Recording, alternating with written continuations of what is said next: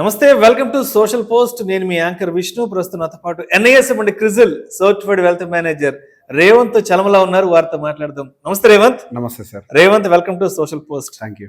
So Revanth, ఇవాళ శుక్రవారం, as యూజువల్గా మనం మార్కెట్ వీకెండ్ రివ్యూ ఆడియన్స్కి అందించేద్దాము. ఇవాళ మార్కెట్స్కి వీకెండ్ బాగా కలిసి వచ్చింది. మార్కెట్లకి మంచి బూస్ట్ అందింది, మంచి మైలేజ్ అందుకున్నాయి ఇవాళ మార్కెట్లు. కారణం ఏంటో తెలుసా? రిజర్వ్ బ్యాంక్ ఆఫ్ ఇండియా వడ్డీ రేట్లను మూడవసారి తగ్గించడం జరిగింది.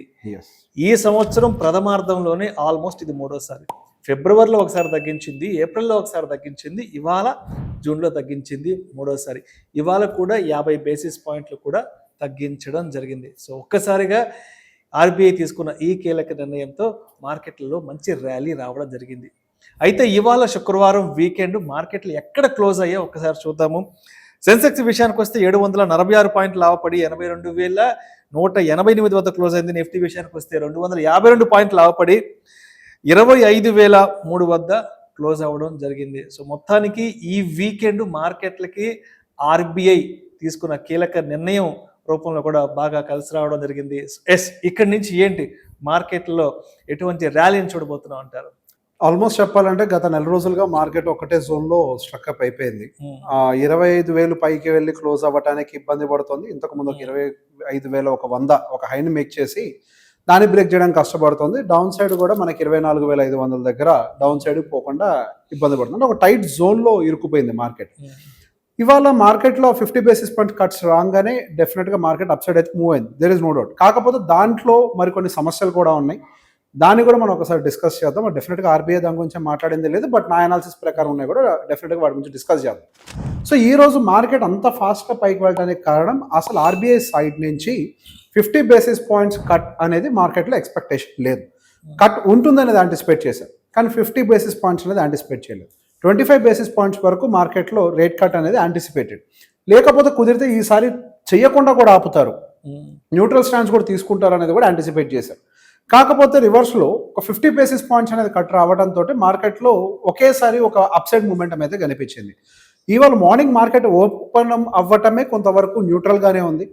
మనకి వాలటాలిటీ అయితే కొన్ని నిమిషాల పాటు, మనకి అనౌన్స్మెంట్ జరుగుతున్న టైంలో కొన్ని నిమిషాల పాటు విపరీతమైన వాలటాలిటీ కూడా మార్కెట్లో క్రియేట్ అయింది. బట్ ఇమీడియట్గా ఎప్పుడైతే 50 బేసిస్ పాయింట్స్ కట్ అనౌన్స్ చేయడము, దాంతోపాటుగా ఒక 100 బిప్ సిఆర్ఆర్ కట్ కూడా ఒక 4 ట్రెంచెస్లో చేస్తాము అని చెప్పటము, ఇదంతా కూడా మార్కెట్కి కొంత పాజిటివ్ న్యూస్గా వినిపించింది. నేను క్లియర్గా చెప్తున్నాను, వినిపించింది అని. సో దీంట్లో మనకి కొన్ని సమస్యలు కూడా మనం అడ్రస్ చేయాల్సినవి ఉంటాయి. సో లాస్ట్ టైం మనకి మీరు అన్నట్టుగా 2 విడతల్లో ఆల్రెడీ 25, 50 బిప్స్ మనకు కట్ డౌన్ జరిగింది. ఈసారి డైరెక్ట్గా 50 బిప్స్ చేశారు. 2025 ఎంటైర్ ఇయర్కి యాంటిసిపేషన్ టోటల్గా 1% కట్ జరగాలి అనేది. బట్ ఇప్పుడు మనకి ఈ మంత్ వచ్చేసరికి జూన్లోకే దాదాపుగా మొత్తం 1% కట్ అనేది అయిపోయింది. అండ్ దాంతోపాటుగా వాళ్ళ యొక్క స్టాండ్స్ని అకామిడేటివ్ నుంచి న్యూట్రల్కి కూడా షిఫ్ట్ చేశారు. మనకి పోయిన సెషన్లోనేమో వాళ్ళు న్యూట్రల్ నుంచి అకామిడేటివ్గా మార్చారు. ఈ సెషన్కి వచ్చేసరికి మళ్ళీ అకామిడేటివ్ న్యూట్రల్లోకి వచ్చేసారు. వాళ్ళు అకామిడేటివ్ స్టాండ్స్ తీసుకున్నప్పుడు అనుకున్నాము ఈ మార్కెట్కి వాళ్ళు కావాల్సినంత పంపిణీ లిక్విడిటీ చేస్తారు అని. సో లాస్ట్ జనవరి నుంచి ఇప్పటి వరకు దాదాపుగా 9 లక్షల కోట్ల రూపాయల లిక్విడిటీని మార్కెట్లోకి ఆర్బీఐ ఇన్ఫ్యూజ్ ఇప్పటికే చేసేసింది జూన్ వరకే. సో గోయింగ్ ఫర్దర్ వీళ్ళు తీసుకున్నటువంటి ఈ 50 బేసిస్ పాయింట్స్ కట్ అయి ఉండొచ్చు, లేకపోతే 100 బేసిస్ పాయింట్స్ సిఆర్ఆర్ కట్ అయి ఉండొచ్చు ఇన్ 4 ట్రెంచెస్. అది మరింతగా కూడా మార్కెట్లో ఇంకా లిక్విడిటీని పెంచే అవకాశాలు ఉంటాయి.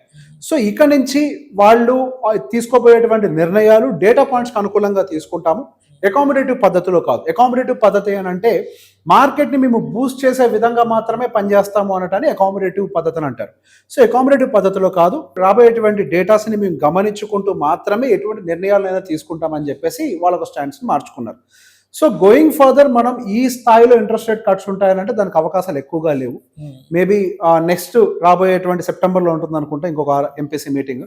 ఆ టైంలో మనకి మోస్ట్లీ న్యూట్రల్ స్టాండ్స్లోనే, అంటే కట్ కానీ హైక్ కానీ ఏం లేకుండా వెయిట్ చేస్తారు.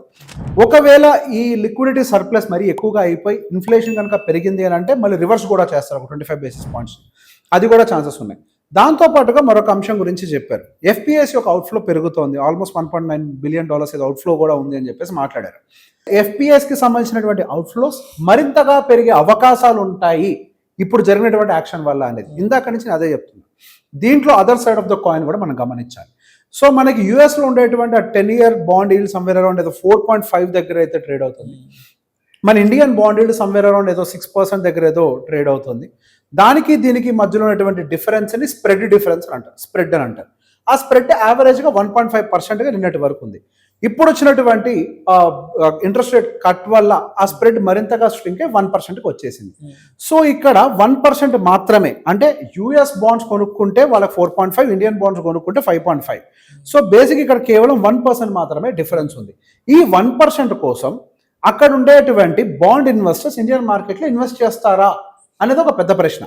ఈవెన్ ఇప్పటి వరకు ఉన్నటువంటి ఇన్వెస్టర్స్ కూడా సెల్ ఆఫ్ చేసి అక్కడికి వెళ్ళిపోతారా అనేది ఇంకొక ప్రశ్న. అంటే అవుట్ఫ్లో కూడా పెరుగుతుంది అని.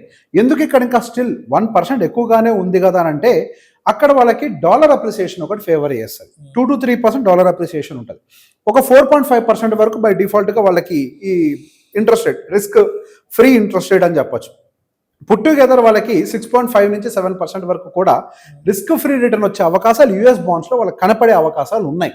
ఇండియన్ ఈక్విటీ మార్కెట్ నుంచి నువ్వు వెళ్ళిపోతారు అన్నట్లు ఇండియన్ బాండ్ మార్కెట్ నుంచి వెళ్ళడానికి అవకాశాలు ఉన్నాయని చెప్పి మాట్లాడుతున్నాను.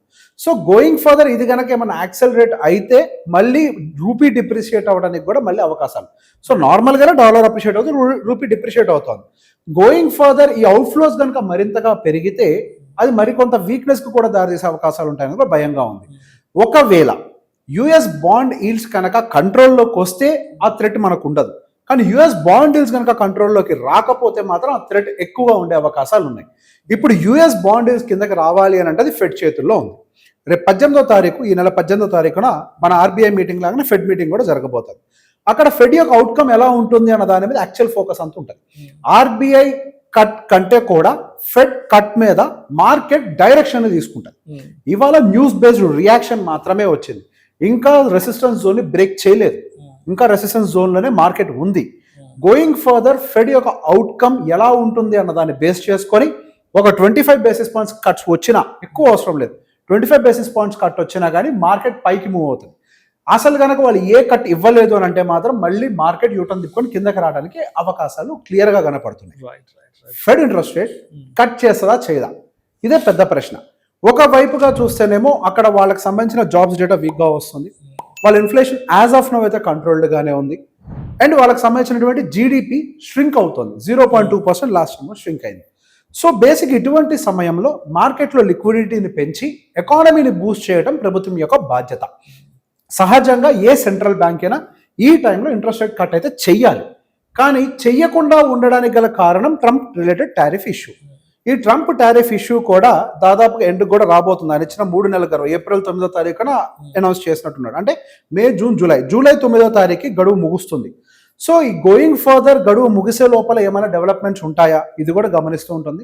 క్లియర్గా ఫెడ్ చైర్మన్ కూడా అదే చెప్పారు, మాకు ట్రంప్ టారిఫ్ ఇష్యూనే ప్రాబ్లంగా ఉంది, లేకపోతే ఇంట్రెస్ట్ రేట్ కట్ చేయడానికి మేము సిద్ధంగా ఉన్నాం. టారిఫ్ ఇష్యూ ఎస్కలేట్ అయితే ఇన్ఫ్లేషన్ షూట్ అవుతుంది, అది ఎకానమీని వీక్ చేసే అవకాశాలు ఉంటాయి, కాబట్టి మేము వెయిట్ చేస్తున్నాము అని. అందుకే రీసెంట్గా ట్రంప్ గారు కూడా ఫెడ్ చైర్మన్ పవల్ గారి మీద విపరీతంగా ట్వీట్స్ చేస్తున్నారు. మిస్టర్ లేట్ అని పిలుస్తారు, కావాల్సిన దానికంటే లేట్గా ఇంట్రెస్ట్ రేట్ కట్స్ ఇస్తారు అని చెప్పేసి ఆయన మీద ప్రెషర్ పెడుతున్నారు, మిమ్మల్ని మారుస్తామని అంటున్నారు. బట్ అక్కడ విషయం ఏంటంటే ఫెడ్ చైర్మన్ మార్చే అధికారం పొలిటీషియన్స్ చేతుల్లో లేదు అని కోర్టు కూడా తేల్చి చెప్పింది. సో మేబీ ఈ ఫెడ్ రిలేటెడ్ మీటింగ్ ఏదైతే జరగబోతుందో అక్కడ ఒక 25 బేసిస్ పాయింట్స్ కట్ కనుక వచ్చింది అని అంటే మార్కెట్ డైరెక్షన్ తీసుకుంటుంది, లేకపోతే మార్కెట్ డైరెక్షన్ తీసుకునే అవకాశాలు లేవు.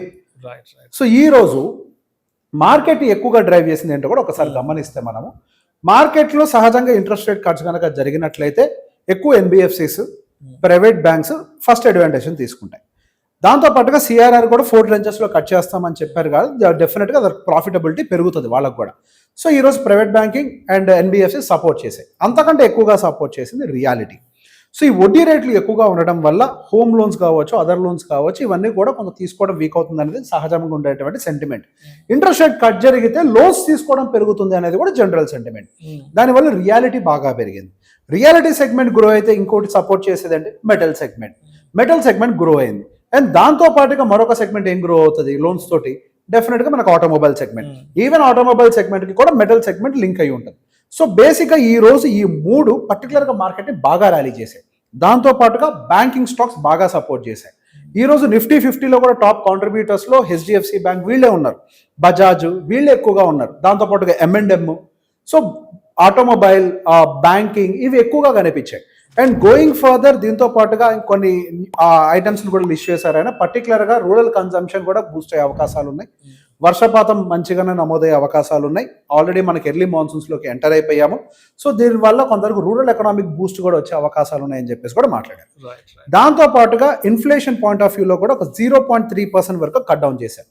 ప్రీవియస్గా 4%గా ఉంచారు ఎస్టిమేషన్, ఇప్పుడు దాన్ని 3.7%కి తీసుకొచ్చారు. అంతకంటే మంచి విషయం ఏంటంటే ఫుడ్ ఇన్ఫ్లేషన్ కంట్రోల్లో ఉంటుందని చెప్పేసి మాట్లాడుతున్నారు. ఫుడ్ ఇన్ఫ్లేషన్ దాదాపుగా 10.5%. రీసెంట్గా అసలు ఇన్ఫ్లేషన్ హైలో ఉండడానికి గల కారణం ఫుడ్డే. ఇప్పుడు ఎర్లీ మాన్సూన్స్ వల్ల ఫుడ్ ఇన్ఫ్లేషన్ కూడా కిందకు వస్తుంది.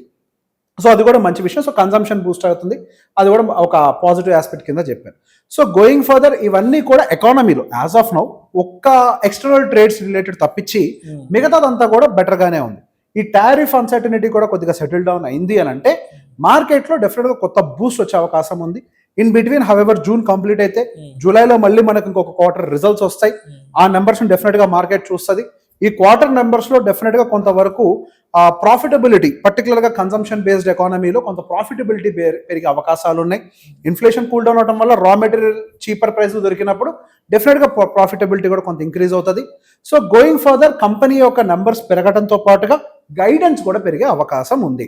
సో ఓవరాల్గా లోకల్ కన్సంప్షన్ అంటే హాస్పిటల్స్ అవ్వచ్చు, లేకపోతే automobile segment, reality, banking segment ఇవన్నీ కూడా పాజిటివ్గా తీసుకుంటాయి లోకల్ కన్సంప్షన్ బేస్డ్. ఐటీ మాత్రం ఫెడ్ చైర్మన్ చేతుల్లో ఉంది. ఫెడ్ షేర్ కట్టిస్తే ఐటీ పెరుగుద్ది, లేకపోతే ఐటీలో మళ్ళీ స్ట్రగుల్స్ ఉండే అవకాశాలు ఎక్కువగా ఉన్నాయి. సో మొత్తానికి వీకెండ్ అయితే మాత్రం మార్కెట్లు అదరగొట్టాయి, మంచి బోనీ కొట్టాయి కాబట్టి సో మండేకి ఏంటి మార్కెట్ని ఎలా ఎక్స్పెక్ట్ చేయొచ్చు అంటారు? సో మండే మార్కెట్స్లో మనం పెద్ద ఎత్తున మూవ్ అయితే యాంటిసిపేట్ చేయలేం. ఇవాళ ఇందాక నేను చెప్పినట్టుగా ఇది ఒక టెంపరీ బౌన్స్గానే నేను పరిగణిస్తున్నాను. న్యూస్ వచ్చింది, ఎవరు యాంటిసిపేట్ చేయని న్యూస్ వచ్చింది కాబట్టి ఒక బౌన్స్ అయితే వచ్చింది. But still fed chairman meeting complete అయ్యేంత వరకు మనం ఒక డైరెక్షన్ తీసుకునే అవకాశాలు లేవు.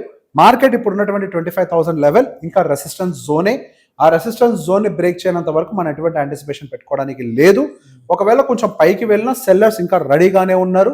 ఆ సెల్లర్స్ వీక్ అవ్వాలి అని అంటే మార్కెట్లో స్ట్రాంగ్ న్యూస్ ఇంకా రావాల్సింది ఉంది. ఎస్, ఇవాళ వచ్చింది స్ట్రాంగ్ న్యూసే, బట్ అప్సైడ్ పొటెన్షియల్ కంటే ఇంకా కన్సాలిడేషనే. నాకు తెలిసిన దాదాపుగా నెలన్నర నుంచి చెప్తున్నా 25,100కి రీచ్ అయినా పంచి కన్సాలిడేషన్ హై ప్రాబబిలిటీ ఉంది అని. ఇంకా అదే స్టాండ్స్ ని మెయింటైన్ చేస్తాను. Thank you so much Revanth. మన ఆడియన్స్కి ఎప్పట్లాగానే మార్కెట్ వీకెండ్ రివ్యూ అందించినందుకు థ్యాంక్ యూ సో మచ్.